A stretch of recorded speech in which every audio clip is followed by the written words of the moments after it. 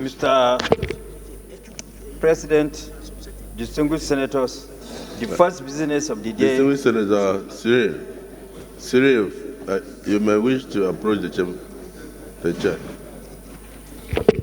Distinguished President of the Senate, distinguished senators, my name is Mohamed Tahir Monguno. I represent Borno North Senatorial District, standing in for the Senate leader. The first business of the day is the presentation of a bill standing in the name of Senator Buhari Abdufatah on the Nigerian Political Debate Establishment Bill 2024 SB 555. Mr. President, you may wish to invite the clerk of the Senate to read the short title of the bill.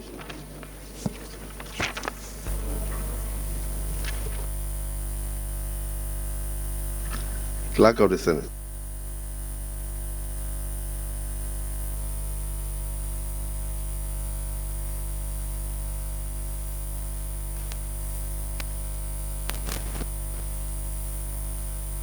Distinguished colleagues, Nigeria Political Debate Establishment Bill 2024 SB 555, first reading taken.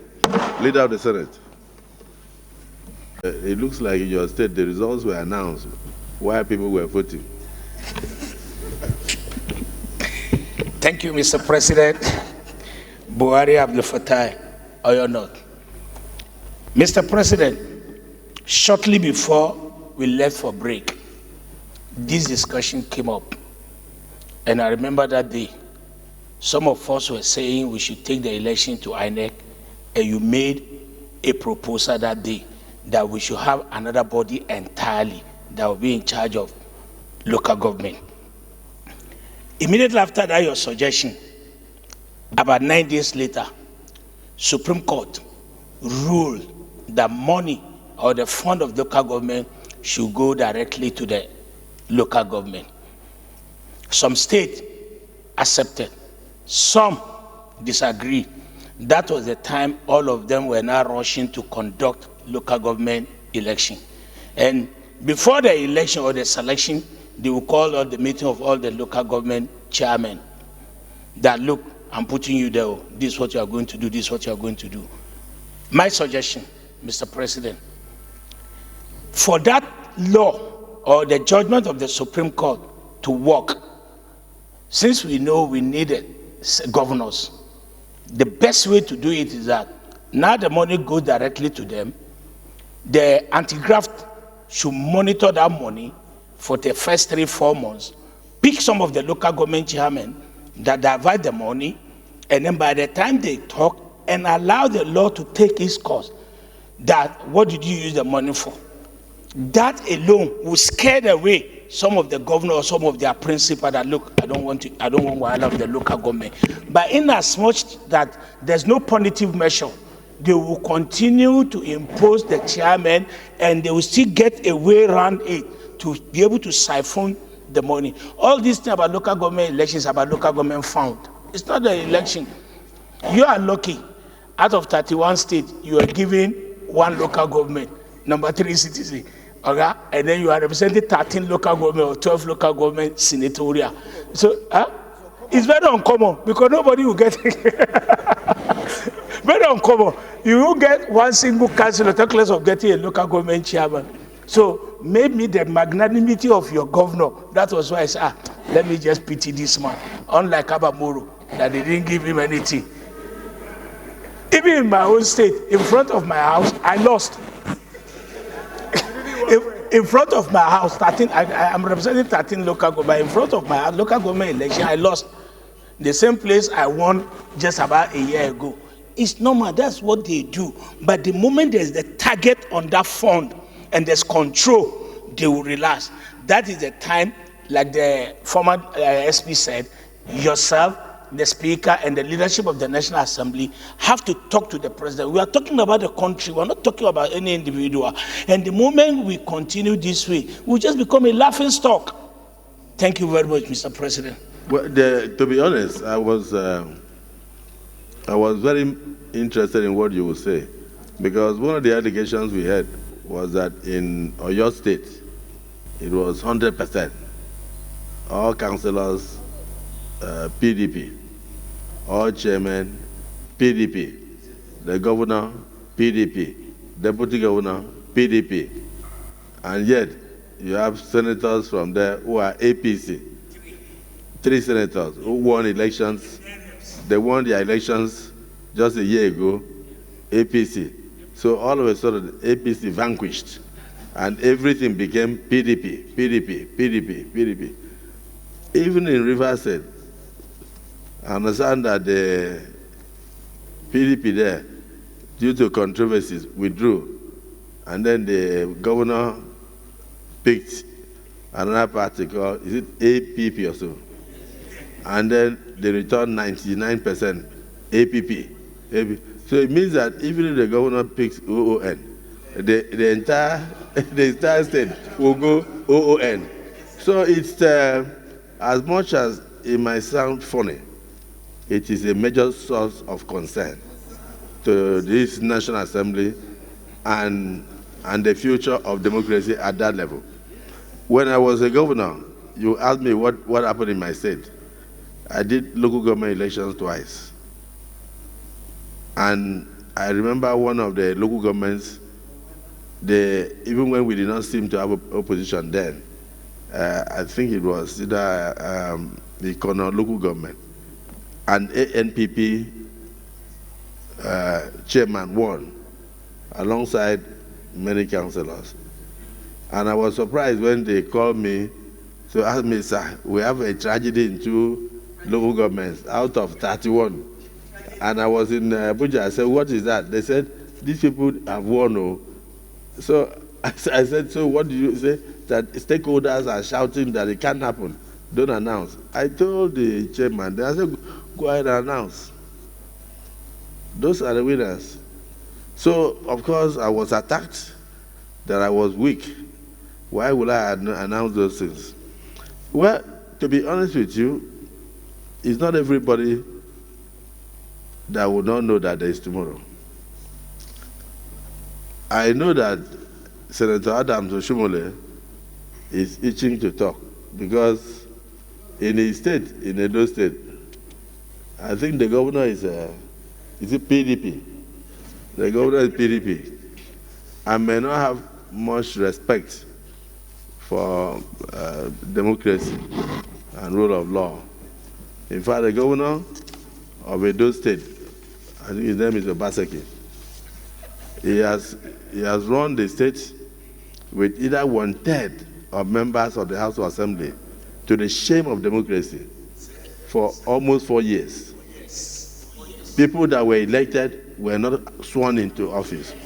And then even in flagrant disregard to court orders. So I don't know what Adams Oshomole will tell us, but I'm already speaking for you that we are in sympathy. Please, when you are speaking, send a warning to them that the governor of today will be an ex-governor tomorrow. And so what they are doing to former governors and to the electorate will also happen to them. But before then, we would have corrected the exercise anyway. You can say something. Mr. President, I'm very grateful. Shall refuse to allow the claim unless he is satisfied that the matter is definitely urgent. 51.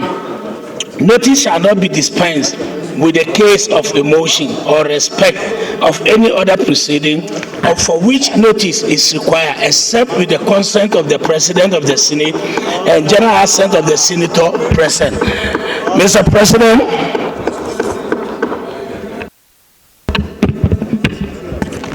President, I come under this order to raise the suffering of Nigeria at various airports in the country, the incessant delay and cancelled flight by the airline operators in Nigeria. All over the country today, all our airports are in chaos. That's the reason why I approach you, Mr. President, to raise this motion for discussion. Distinguished colleagues, Senator Abdufatah Buhari had actually approached me on this situation that people are experiencing. A lot of pains at the airport, incessant cancellations of flights across the country, and I felt he should bring it up. So now that he has raised it, is it the view of the Senate that he be allowed to proceed with it on the next legislative date? Those in support say aye. Those against say nay. The ayes have it. So you definitely bring it up by tomorrow. Senator Bangida, you may now proceed. Thank you very much, Mr. President, sitting as chair. I remain Senator Babangida. Thank you very much, Mr. President.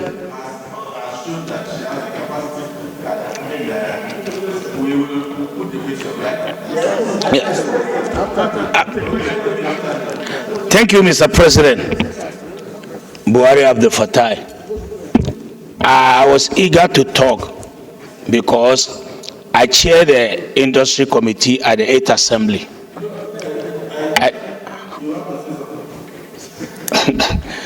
I chair the industry committee at the 8th Assembly, and I know what is happening there. So my question straight to Madam is, number one, there are about 9 agencies under industry alone, apart from trade and investment. And these 2 big agencies are going to be under you.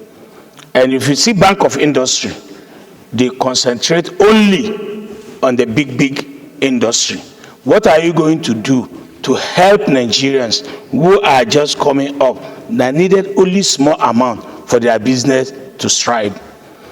Number 2, a lot of moribund company in the country today. What are your plans for you to undo some of them so that they will be able to survive and increase employment rate of our youth roaming the street? Number 3, most company or industry are leaving Nigeria today to the neighboring countries, Ghana, Sierra Leone, and the rest. What are the plans or the incentives you are going to give to sustain most of them to stay behind, probably after we have improved electricity?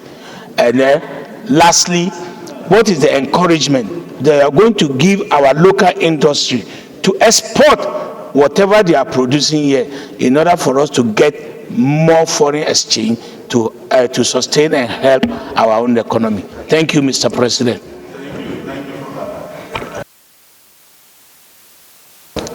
President, the second business of the day is presentation of a bill standing in the name of Senator Buhari on Federal Institute of Vision and Optical Research, ENIMA, Ogba Igbema, Ndoni River State, Establishment Bill 2024, SB 304. Mr. President, you may wish to invite the Clerk of Senate to read the short title of the bill. Clerk of the Senate. Buhari Abdufatah, or not? Mr. President, in supporting this bill, I just want to take you back to what happened at the 9th Assembly. We presented same bills severally, all of us, particularly from my own senatorial at that particular time. And both houses passed the bill. We sent it for assent. Unfortunately, it was not assented to. That is the reason why we are bringing back the bill now into the consultation that the leader sponsored. Mr. President, if you look at the 3rd paragraph of leader leading debate, and I read, the distance between the communities and tertiary healthcare institution, patients cannot access specialist hospital where their ailment can be properly diagnosed and adequately treated. It's one of the reasons why medical center was set up. And even in the act, it was put there that at least one must be in each state. Mr. President, in Oyo State, we don't even have any.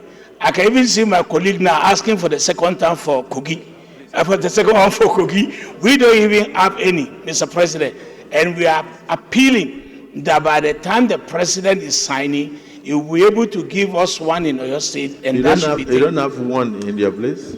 Come again, we don't have any. Is it part of this list? Yeah, it's part of it, sir. It's part of this list? It's part of this list, but you are going to have one now. Come again? You are going to have one now. Yeah, God willing. God willing. And then, so you are supporting it? I'm supporting it. Okay, I'm supporting it, Mr. President. Very good. And I'm happy about it. Okay. Thank you, Since Mr. you are President. supporting it, no problem. Okay. Distinguished Senator, distinguished Deputy Senate President. The fifth business of the day is the presentation of a bill standing in the name of most distinguished Senator Buhari Abdufatah on the Employees Compensation Act Amendment Bill 2024, SB 491. Mr. President, you may wish to invite the Clerk of the Senate to read the short title of the bill. The Clerk of the Senate.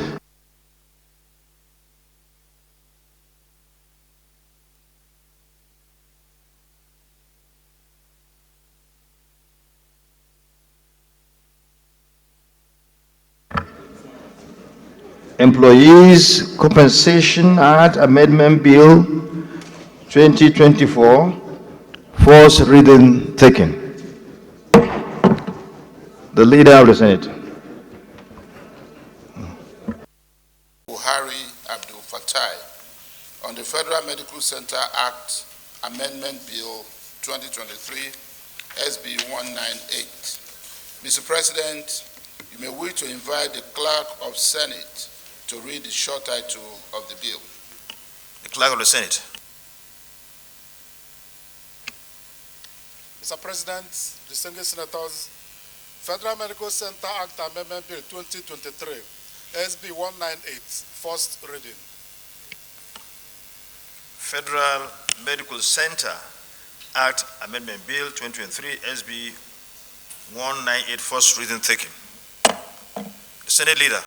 Thank you, Mr. President. Buhari Abdufatah, Mr. President, if you look at this motion, in supporting this motion, if you look at it, there are a lot of salient points. He said the bunkering started in 19.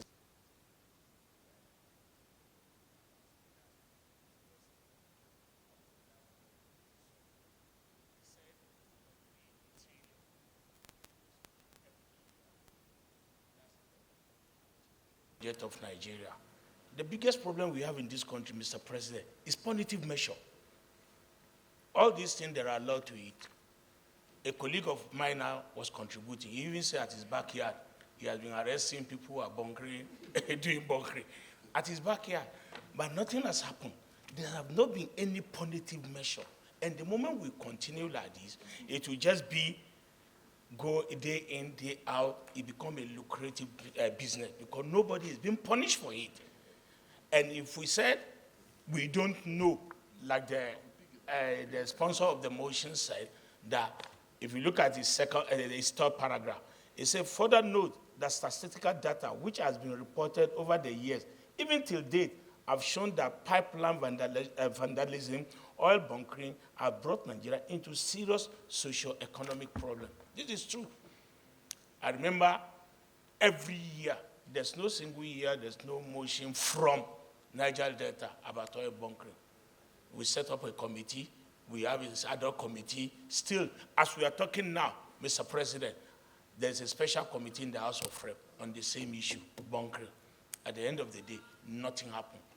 Until the day we wake up and do what is called serious punishment, take a decision that this is our country, no matter who is involved.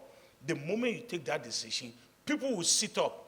So I remember when we were in the university, when the Tunde Idiagman said, and Buhari, they said, look, don't take cocaine or don't smoke cocaine. If you do it, they are going to kill you. Sir, Ojulope and Betnome, they were shot. For a very long time, our name was clean.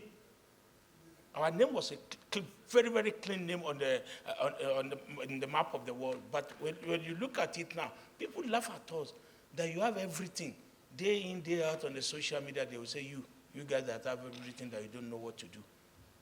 Mr. President, in supporting this motion, we need to review our law and make sure there is a punitive measure for people who are trying to sabotage the economy. Thank you very much, Mr. President. Distinguished Senator Davidone. Buhari Abdufatah, Mr. President.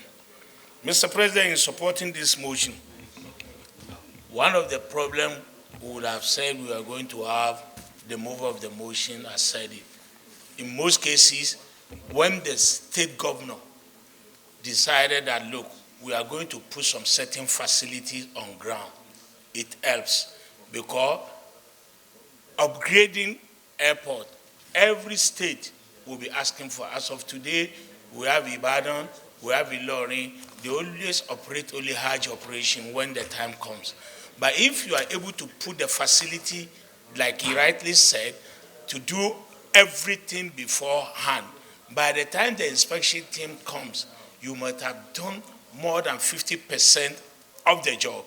And it will help the Ministry of Aviation and the committee on grant. And Mr. President, just 5 days ago, the second runway of Abuja International Airport was handed over to the contractor that are doing it, and they promised 12 months, ECC.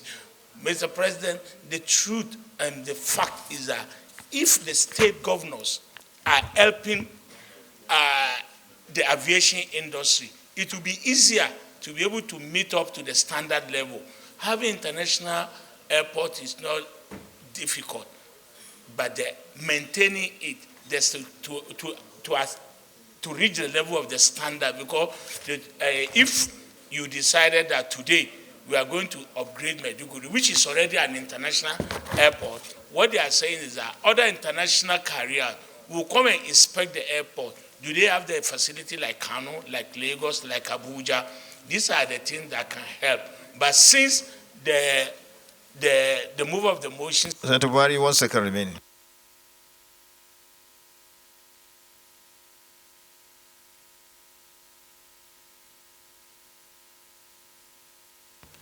Senator Agadaga. State.